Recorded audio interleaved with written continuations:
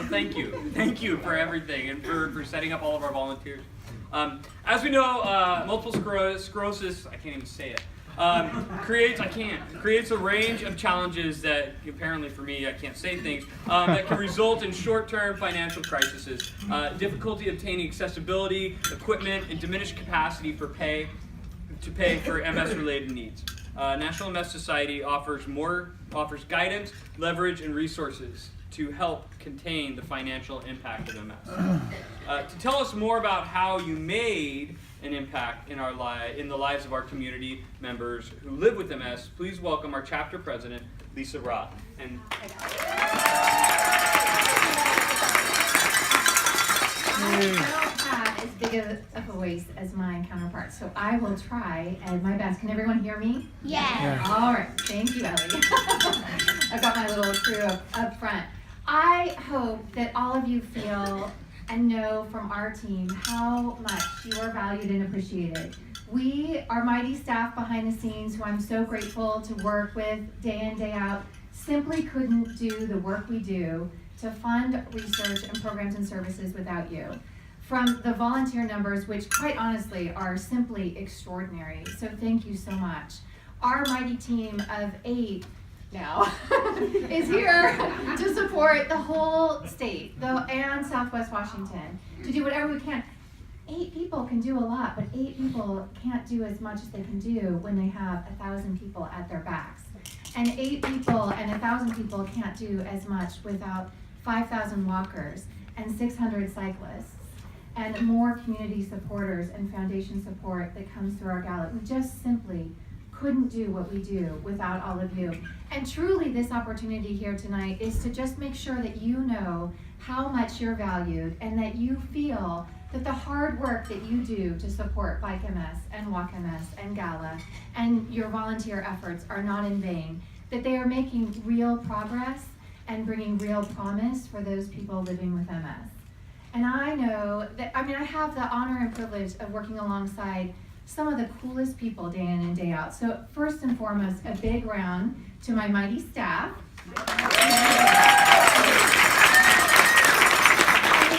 one of the coolest things is while we are all so sad to have lost wonderful talent, which we wanted to acknowledge tonight, which is Andrea and Dana, who's also chosen to be a full-time mom, and Augie, who you might remember, they are still alongside us as walkers and cyclists and volunteers. And I think it's because we have the coolest community ever, that even though they've chosen to do something different, they're still alongside us. So you'll still see them around. Andrea still plans on being a top fundraiser for Walk. You know, it's pretty extraordinary, and I just want to give another little call out to my staff. It is unprecedented to have a staff where 80% are top fundraisers or team captains. That is, and so I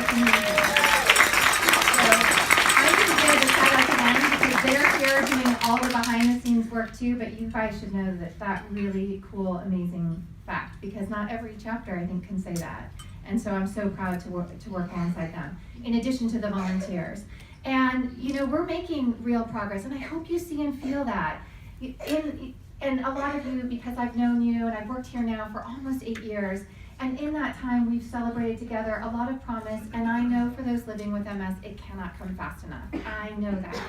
I have been, I've been now, this will be my 15th year walking, and my 4th year, I think, cycling, so I support both. So there, in case anybody's but because it's so important and because both events are so important to our mission, but also, when I was first diagnosed, and I think I've talked to you a lot, so for some this isn't new, but there were only 4 therapies, and those therapies have been on the market for a really, really long time, and now there's 16. And now, hopefully, with FDA final approval, we are hoping coming in March for ocrelizumab, which is something we're all pinning a lot of hope on and promise on, and the results are just showing so much.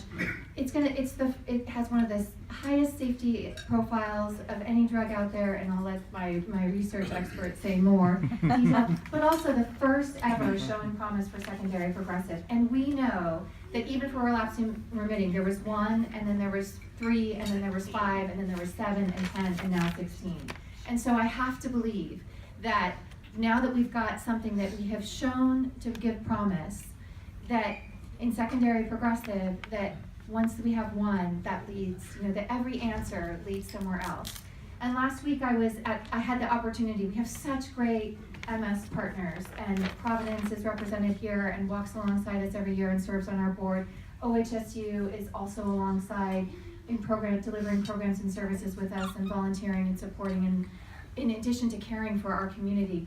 I had the opportunity to be in the research lab last week, where society funds are funding one of the researchers. Actually, at any one time we fund about $3 million in research here in our community.